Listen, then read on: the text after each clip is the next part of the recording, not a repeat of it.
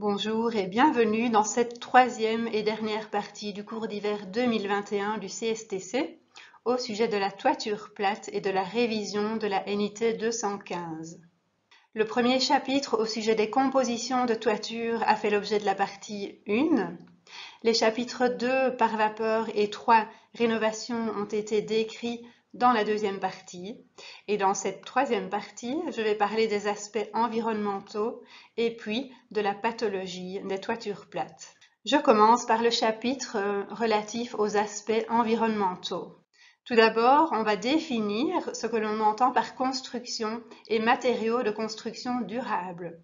Construire durablement signifie construire avec une attention pour les aspects techniques, environnementaux, économiques et sociaux du bâtiment. C'est-à-dire en premier lieu, satisfaire les performances techniques et fonctionnelles visées pendant la durée de vie. Également, s'assurer d'un faible impact sur l'environnement et sur la santé, limiter les rejets de CO2, les émissions toxiques, etc.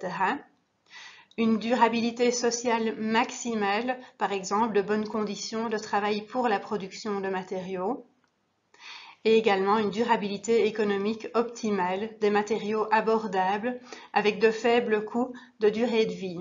Dans la suite de l'exposé, je vais principalement me consacrer aux aspects environnementaux. Les autres aspects sont bien entendu importants également, mais ne sont pas inclus dans les analyses de cycle de vie. Je viens de citer le terme analyse de cycle de vie, ACV, LCA. De quoi s'agit-il? C'est une étude qui consiste à quantifier l'impact environnemental d'un matériau, d'un élément de construction ou d'un bâtiment. Une LCA prend en compte les diverses phases du cycle de vie, production, transport, utilisation, recyclage, réutilisation. Et l'impact environnemental est quantifié au moyen de différents indicateurs, par exemple changement climatique, acidification, appauvrissement de la couche d'ozone. Ces indicateurs sont agrégés en un score chiffré qui permet donc de quantifier l'impact environnemental. L'analyse de cycle de vie, LCA, fait l'objet d'une infofiche que vous pouvez également trouver dans nos publications. Sur ce slide, je reprends l'ensemble des indicateurs dont je viens de parler, qui sont décrits dans la norme EN 15804 et son annexe, et dont vous retrouvez la liste complète si ce sujet vous intéresse. Qu'est-ce qu'une déclaration environnementale de produit, EPD en anglais? C'est une fiche d'information sur l'analyse de cycle de vie, fiche standardisée qui est fournie par le fabricant pour un produit. C'est une démarche volontaire. Toutefois, le fabricant y est obligé s'il souhaite apposer un message environnemental sur son produit. Donc une EPD permet d'identifier les principales sources d'impact. Donc ça quantifie l'impact, mais ça ne garantit pas un impact faible. C'est également une donnée pour l'analyse de cycle de vie d'un bâtiment. Et on peut retrouver cette info sur la base de données publique belge EPD que vous retrouvez à cette adresse. Vous pourrez également retrouver plus d'informations dans une petite vidéo pour laquelle je vous indique le lien sur ce slide.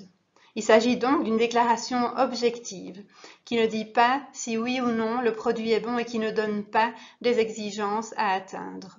L'impact environnemental des toitures plates a fait l'objet de 2 dossiers du CSTC publiés il y a quelques années. Différentes compositions de toitures plates courantes ont été soumises à des analyses de cycle de vie pour réaliser des comparaisons. Vous trouverez donc cette information dans les 2 dossiers cités sur le slide. Et dans les figures qui suivent, je vais vous présenter l'impact d'abord des couches d'étanchéité et de leur scénario de remplacement, ensuite du type de support de toiture, et enfin de la consommation d'énergie, c'est-à-dire de la valeur d'isolation de la toiture. Dans les dossiers du CSTC d'il y a quelques années, les calculs ont été réalisés selon la méthode qui s'appliquait à ce moment-là, la méthode récipée, avec un score chiffré en points. La méthode actuelle proposée par MMG, l'outil Totem, présente un score en euros, qui signifie en fait le coût pour éviter ou traiter l'impact. C'est donc 2 scores différents qui ne peuvent pas être comparés entre eux. Dans les slides que je vais présenter par la suite, les calculs ont été réalisés selon la nouvelle méthode MMG Totem. Voici quelques informations supplémentaires sur cet outil, ainsi que l'adresse où vous pouvez le retrouver. Je commence donc par décrire l'impact du type d'étanchéité, où on a comparé un EPDM, un PVC et une membrane bitumineuse, et différentes techniques de pose, une pose libre lestée, une pose collée, et dans le cas du bitume, une pose soudée.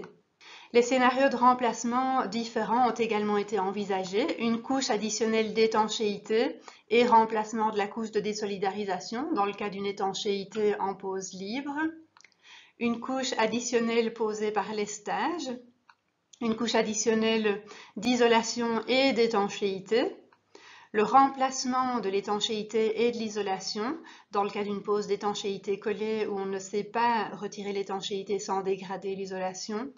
Et enfin, une couche additionnelle dans le cas d'un matériau bitumineux sur lequel on peut souder une couche supplémentaire. Voici donc les scores chiffrés en euros, donc selon la méthode MMG, pour ces différentes configurations où les différentes couleurs correspondent à chaque couche du système. Donc revêtement de plafond, ensuite le support de toiture, la forme de pente, l'isolation, le pare-vapeur et sa fixation, l'isolation et sa fixation, l'étanchéité et sa fixation, le lestage éventuel, et puis en hachuré, dans les mêmes couleurs, on verra l'impact du remplacement. Donc si j'analyse, je compare ces différents scores au niveau de l'étanchéité, donc l'impact de l'étanchéité, je peux voir tout d'abord une différence assez moindre au niveau de l'impact global. L'impact global va assez peu différer, mais si je regarde celui de l'étanchéité seul, j'aurai une différence assez importante du simple au double, voire au triple entre les différentes compositions. Si maintenant je m'intéresse au scénario de remplacement, donc la partie en hachuré, là je vais voir l'importance de ces scénarios sur l'impact environnemental. Donc au niveau de la durée de vie de la toiture, on a ici considéré 60 ans. Alors de cette durée de vie va évidemment dépendre la fréquence de remplacement. L'hypothèse pour les calculs qui ont été réalisés, c'est un remplacement sur cette durée de 60 ans. Si on s'intéresse à la durée de vie de l'étanchéité, elle va être très variable, d'une part en fonction des sources que l'on consulte, d'autre part en fonction du contexte, de l'entretien, etc. On a donc fait cette hypothèse de un remplacement sur 60 ans. Et on peut voir l'impact significatif, c'est-à-dire la différence de score entre les différentes variantes au niveau de la partie hachurée et du remplacement. Si je prends l'exemple tout en bas de l'étanchéité bitumineuse, c'est celle qui présente le score initial le plus élevé. Mais dans ce cas, le scénario de remplacement peut consister simplement en l'application d'une couche complémentaire, ce qui aura un impact assez limité, certainement plus limité que le remplacement de l'isolation et de l'étanchéité, ou la pose d'une couche additionnelle d'isolation et d'étanchéité. Donc c'est très important le scénario de remplacement sur l'impact global environnemental de la composition de toiture. Voici une deuxième figure qui va comparer les différentes possibilités de support de toiture. Donc on va retrouver l'acier, le bois, un béton sans couche de seconde phase ou avec une couche de seconde phase. On peut voir ici des différences assez importantes entre les scores, donc qui sont à nouveau décomposés selon les différentes couches, revêtement de plafond le plus foncé, isolation, support de toiture, pente, pare-vapeur et sa fixation, isolation et sa fixation, étanchéité et sa fixation, et puis en hachuré dans les différentes couleurs, l'impact du remplacement. Donc, je peux voir sur ces différents résultats que le béton a un impact assez faible. Il est d'autant plus faible en l'absence d'une couche de seconde phase, puisqu'on aura dans ce cas moins d'armature et moins de béton, moins de matériaux, donc logiquement un impact environnemental moins élevé. L'acier, par contre, présente un score beaucoup plus élevé. Alors, comment s'expliquent ces différents résultats? Le bois peut paraître étonnamment élevé, du même ordre que le béton, ce qui semble étonnant, mais un support en bois implique également pas mal d'éléments métalliques, des fixations, des sabots. Le bois est éventuellement traité, ce traitement peut également avoir un impact environnemental. Alors le bois capte du CO2, mais ce CO2 est relâché en fin de vie, donc la balance est nulle et donc ce captage de CO2 n'est pas pris en compte dans le bilan environnemental. Au niveau du métal, on voit que le score est assez élevé. Il est pénalisé principalement à cause de l'indicateur toxicité humaine lors de la production. C'est un matériau qui est parfaitement recyclable, mais d'une part, il n'y a pas assez de quantité disponible, et d'autre part, tant sa production et son recyclage demandent beaucoup d'énergie, ce qui donc implique un impact environnemental assez élevé. Le béton, ce qui est pénalisant, c'est la partie métallique, comme on vient de l'expliquer, pour les armatures. Le ciment est également générateur de CO2, mais ces deux matériaux sont assez faibles en proportion, comparativement aux granulats qui, eux, ont un impact plus faible, ce qui fait que l'impact global du béton est assez modéré. On voit également sur ces graphes l'importance de l'impact de la finition intérieure. On voit qu'il est plus élevé pour un support en bois et un support en acier, puisqu'on a une nécessité de structure de faux plafond. Maintenant, si on accepte l'absence de finition, on peut alors évidemment réduire cet impact. Voici un troisième graphique qui va illustrer l'impact de la valeur d'isolation, puisqu'on va comparer une toiture isolée classiquement selon les exigences actuelles, U égale 0,24, à une toiture isolée plutôt selon un standard passif avec un U de 0,15. À nouveau, on décompose le score selon les différentes couches, revêtement de plafond, support de toiture, pente par vapeur et sa fixation, isolation et sa fixation, étanchéité et fixation, et puis en jaune, la consommation énergétique et alors l'impact du remplacement en hachuré. Alors assez rapidement, on peut voir qu'une meilleure isolation entraîne des bénéfices pour l'environnement. Initialement, on a plus d'isolation, donc on voit un impact environnemental plus élevé, mais pendant la durée de vie de 60 ans, cet impact plus élevé est largement compensé par la forte diminution de la consommation énergétique pour le chauffage. Voilà pour ce qui concernait les analyses de cycle de vie et l'impact environnemental. Un dernier aspect parmi les aspects environnementaux concerne la récupération de l'eau de pluie.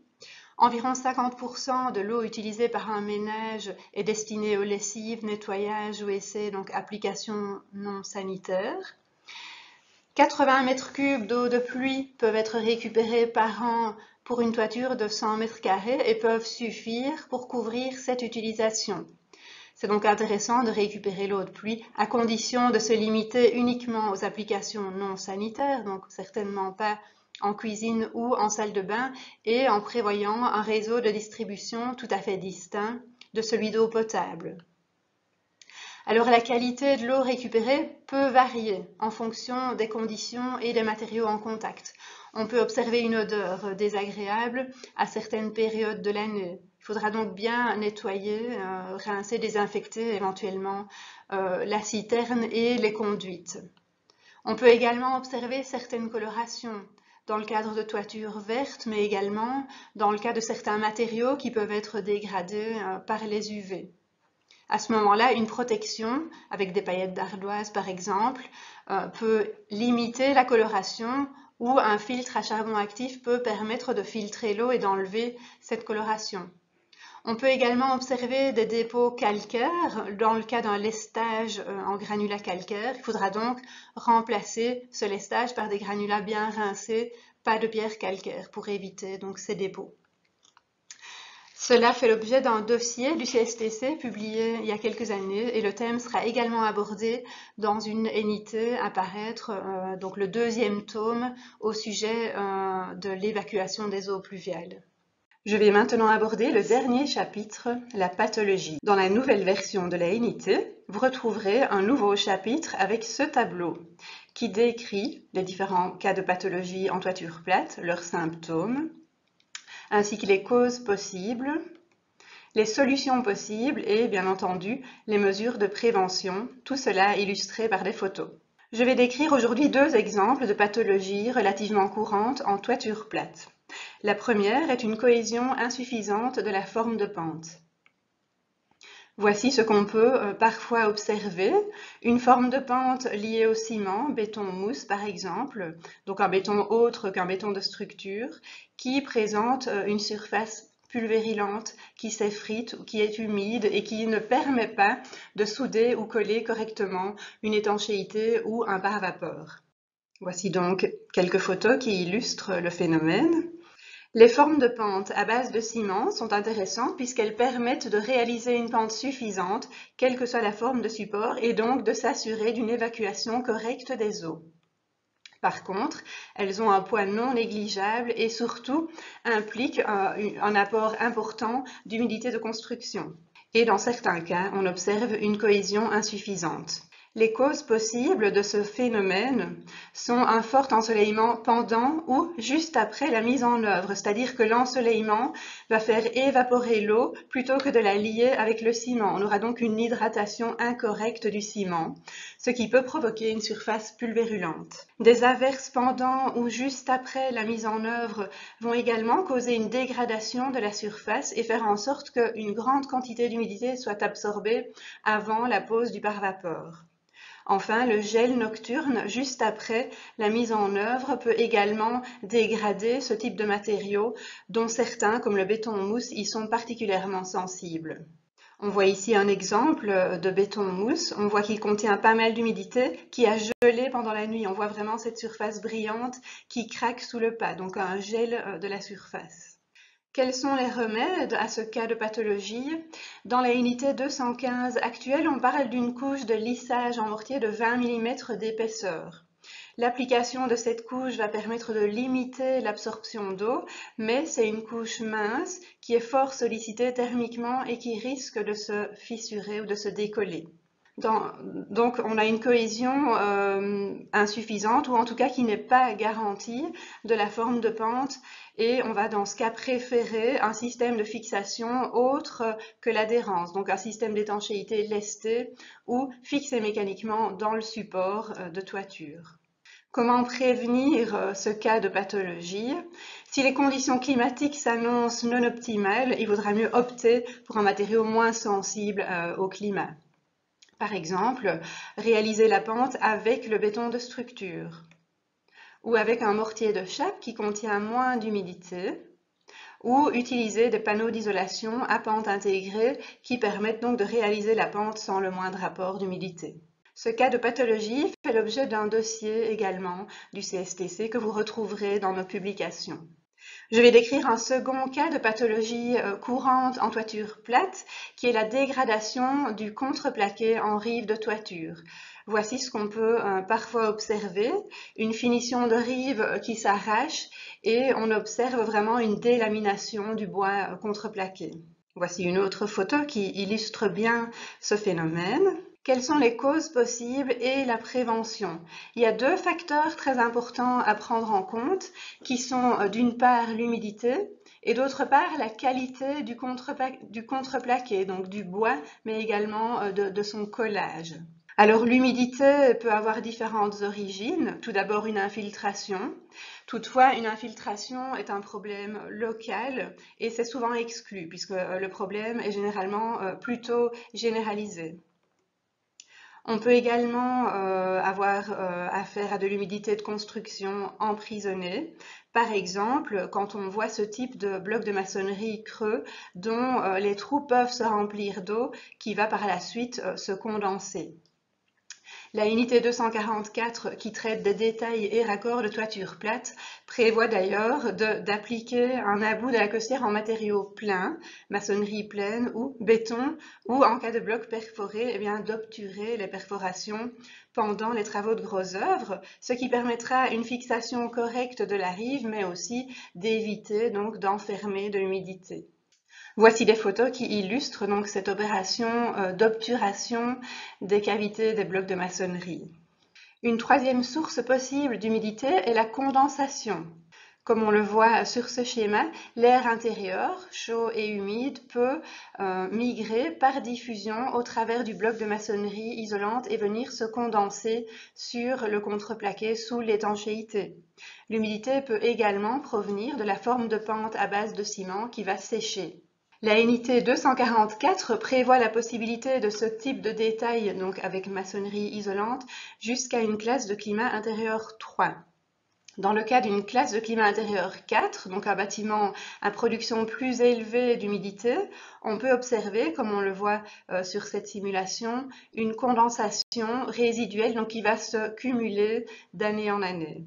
Dans ce cas, on va plutôt opter pour ce type de détail au relevé, c'est-à-dire prévoir un pare-vapeur et une isolation complémentaire du relevé, plutôt qu'un bloc de maçonnerie isolante, pour éviter la condensation à cet endroit. J'ai parlé donc de l'humidité et de ses différentes sources possibles. Le second facteur important est la qualité même du bois, du contreplaqué, donc du bois, et de la classe de collage. Tous les contreplaqués ne sont pas adaptés à une obturation de la coulisse.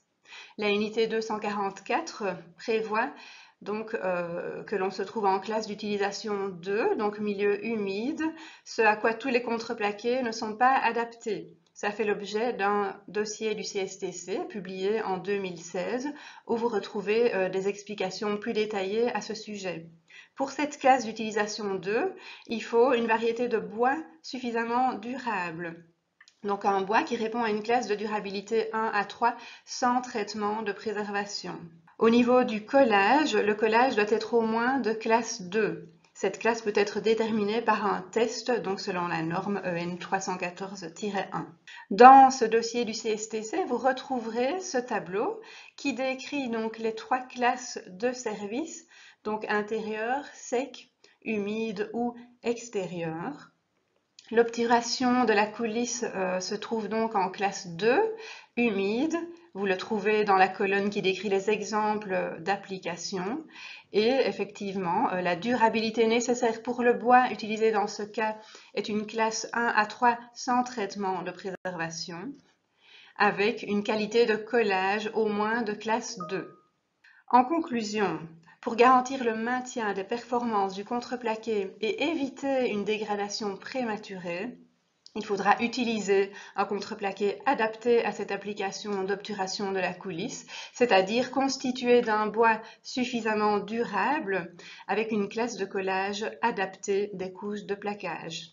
Et par ailleurs, éviter une humidification excessive à cet endroit, donc limiter l'humidité de construction dans l'acrotère ou la forme de pente, et dans le cas de détails réalisés avec une maçonnerie isolante, donc se limiter à une classe de climat intérieur 3. Ce cas de pathologie fait également l'objet d'un webinaire que vous pouvez retrouver sur notre site web.